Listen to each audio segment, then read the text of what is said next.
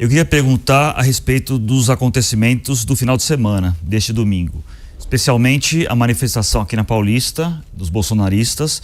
Como é que você viu essa reação dos bolsonaristas? E mais especificamente, o que chamou mais atenção talvez nesse ato foi o posicionamento mais radicalizado do governador Tarcísio de Freitas, chamando Alexandre de Moraes de ditador, investindo contra o Supremo de maneira mais dura, se posicionando como um agente político mais bolsonarista mesmo do que as pessoas estavam acostumadas a ver. Alguns acham que ele, digamos, rasgou a fantasia nesse ato de domingo. Queria a sua opinião sobre o ato de maneira geral e, mais especificamente, como é que você viu esse posicionamento do Tarcísio de Freitas. O Tarcísio, quem está acompanhando as redes sociais, a pressão que ele vem sofrendo, ele foi alvo de alguns cancelamentos internos tocados pelo Eduardo. O próprio Carluxo vive dando indiretas para ele, mas uma militância específica deles também tá indo no encalço dele. Por quê? Porque o bolsonarista leal à família, ele enxerga o Tarcísio como alguém que quer suceder o Bolsonaro e evitar que o Bolsonaro mantenha uma espécie de liderança sequer simbólica do campo da direita. Ele vai ser usado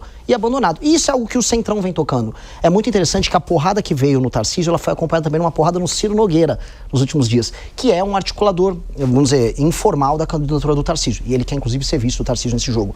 Eu acho que o Tarcísio ele fez a seguinte escolha. Entre ter a institucionalidade e um certo, se não apoio do STF, mas, vamos dizer, uma certa calmaria junto ao STF para a candidatura dele, e ter o apoio do Bolsonaro, ele tem que ter o Bolsonaro. Sem o Bolsonaro, o Tarcísio não é nada. E ele se torna uma espécie de Geraldo Alckmin 2.0, como ele foi em 2018, ou como foi o Rodrigo Garcia quando ele foi candidato a governador em São Paulo. É uma candidatura meio insossa.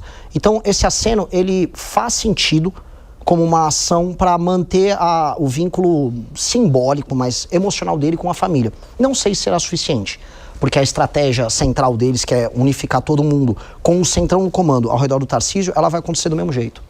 Mas eu quero saber também a sua opinião sobre a maneira como ele falou do ministro Alexandre de Moraes, porque até então o governador Tarcísio de Freitas simbolizava de certa forma uma ponte entre os bolsonaristas e servindo de diálogo com o Supremo Tribunal Federal. Dessa vez ele vai lá e fala que Alexandre de Moraes é tirano. Eu quero saber a sua opinião também sobre especificamente essa menção e a maneira como ele falou do ministro agora, para reforçar um pouquinho ali a questão do Zanini.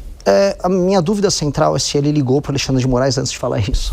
Essa é a minha questão, porque a gente sabe muito bem que muitos dos manifestantes bolsonaristas, estou falando das lideranças, eles dão um toque no STF antes para combinar o teor de uma certa agressão. Vou te xingar lá. Exatamente. Na verdade, a primeira das grandes manifestações do Bolsonaro, já entendendo que haveria uma possibilidade de prisão, eles começaram a combinar, pode falar até aqui. Eles liberaram o Malafaia para ser um pouco mais incisivo e o próprio Bolsonaro tinha medo de falar qualquer coisa. Eu não duvidaria do Tarcísio fazer isso, dado que o Tarcísio tem uma boa relação com o Alexandre de Moraes. Imagino que ele tem até hoje. Será que tem ainda, depois de ontem? Talvez não, mas talvez tenha sido a escolha que ele tenha feito em nome de uma possibilidade dessa candidatura. Tem uns pontos novos no ar. Todo mundo comentava de uma certa construção envolvendo o Centrão e de certas reuniões que rolaram há 3 semanas atrás em Brasília, inclusive com a presença do cara do BTG Pactual, o André Esteves. Reuniões envolvendo lideranças do Centrão, incluindo, estranhamente, o ministro do STF. Essas reuniões davam o tom, vamos dizer, do enfrentamento à crise diplomática envolvendo Donald Trump e também, naturalmente, deve ter sido tratada essa questão de candidatura. De lá para cá, porém, o Lula meio que volta para o jogo. E se a gente olha com um certo carinho, é o petismo e as franjas dele que estão promovendo o Alexandre de Moraes como uma espécie de símbolo de soberania. Inclusive tiveram uns lambilambes que rodaram aí com Felca, com Alexandre de Moraes, com cachorro caramelo, com morango do amor, como símbolos da soberania brasileira. Então, eu não duvidaria do STF também estar pensando nesse jogo que está aí, né? Quem seria a continuidade? Se é o Centrão, se é inevitável o Centrão assumir o lugar do Lula, ou se o Lula volta para o jogo. Porque definitivamente o Lula ainda está no jogo. Olha, eu já vou abrir um espaço para vocês aqui, Elias e Bruno Musa, mas eu queria só continuar na questão relacionada à manifestação e trazer uma imagem que dividiu bastante opiniões, que foi aquela bandeira dos Estados Unidos que foi exposta na Avenida Paulista por parte dos manifestantes que ocuparam a avenida neste domingo. Você é fundador de um grupo que já levou multidões também para as ruas a partir de um movimento lá atrás, à época da ex-presidente Dilma Rousseff. E como que você avalia a imagem que esse grupo traz hoje, Renan? Porque muita gente que lá atrás, em algum momento, usufruiu dessa pauta que era compartilhada por vocês, hoje continua nesses movimentos nas ruas, mas não necessariamente no caminho daquilo que vocês pregam atualmente. Eu acho, assim, eu vi isso aí, eu achei, honestamente, que eram petistas infiltrados. Eu juro que eu comprei essa teoria, porque... Ah, é? Assim... Malafaia falou isso. Na prática, não. Na prática, realmente, o pessoal é bobo nesse sentido. O pessoal realmente levou uma bandeira. Mas é que é tão ridículo e é entregar tanto pro seu adversário político um argumento que eu fico em choque. Eu realmente fiquei em choque. Porque o Lula, ele aumentou a popularidade dele recentemente e esses eventos envolvendo a guerra diplomática do Donald Trump ajudaram o Lula. O Lula veio com um discurso envolvendo soberania. Aí, de repente, no dia do 7 de setembro, né, independência do Brasil, os caras, assim, desfraudam uma bandeira dos Estados Unidos.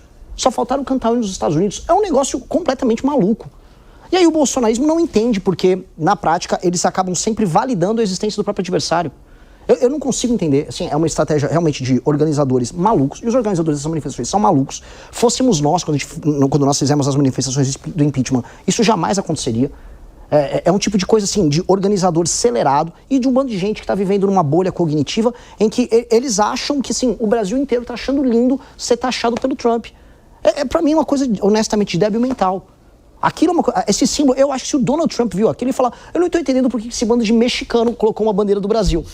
Ele nem sabe, assim, que a Avenida Paulista... Aquilo é simplesmente ridículo. E, inclusive, a presunção dessas pessoas em achar que os Estados Unidos está, de fato, preocupado com a democracia brasileira e não com os interesses comezinhos do Donald Trump e do grupo dele agora na América Latina. Saiu, eu não quero me estender, mas isso é importante, saiu uma matéria agora na Spectator falando sobre o interesse norte-americano em usar a guerra contra o narcotráfico como uma forma de firmar a posição política dele para fora, ou seja, saindo de uma discussão sobre China, sobre Oriente Médio, sobre Ucrânia, e se voltando para a América do Sul, até na questão da Venezuela. E, pois bem, o Trump está cuidando dos interesses dele e a gente fica aqui celebrando passivamente. É patético. Vai lá, Bruno Musa.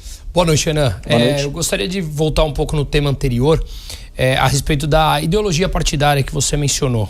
Achei interessante você falar, tem muitos partidos, mas na verdade tem poucas ideologias, né? Você tem muitas siglas ali, mas a ideologia realmente é uma coisa que eu bato muito. Não dá para você ter 30 e poucas ideologias, não tem. Eu não sou político, eu sou do mercado financeiro, sou um economista, tenho um viés liberal-libertário, então eu realmente gostaria de voltar nesse teu ponto. Como é que você pretende mudar essa ideia quando se o partido vier a crescer numa proporção interessante, de perceber que determinadas siglas estão lá única e exclusivamente para parasitar em cima do orçamento público? É uma boa pergunta e eu vou responder com uma provocação. Eu não quero que a percepção pública sobre os outros partidos se altere. Eu quero que as pessoas saibam exatamente o que esses partidos são. Perfeito. Eles são parasitas. Exato, eles são parasitas, todos eles são parasitas. O PL é um partido de parasita, o PSD, do Partido do Kassab, é um partido de parasita, o MDB, todos eles são. E, ironicamente, a gente tem que colocar aqui, os nossos adversários ideológicos diretos são nossos adversários porque são ideológicos. Ou seja, você sabe o que o PT pensa, você sabe o que o PT quer. Você sabe o que o PSOL pensa, você sabe o que o PSOL quer. Mesmo que eles não cumpram o que eles prometam na campanha para o eleitorado deles. Mas isso é problema deles com a turma deles. A gente aqui fica vendo o campo da direita, né, o suposto campo da direita, ser engolido, como está acontecendo, e esse é o objetivo da candidatura Tarcísio, pelo Centrão.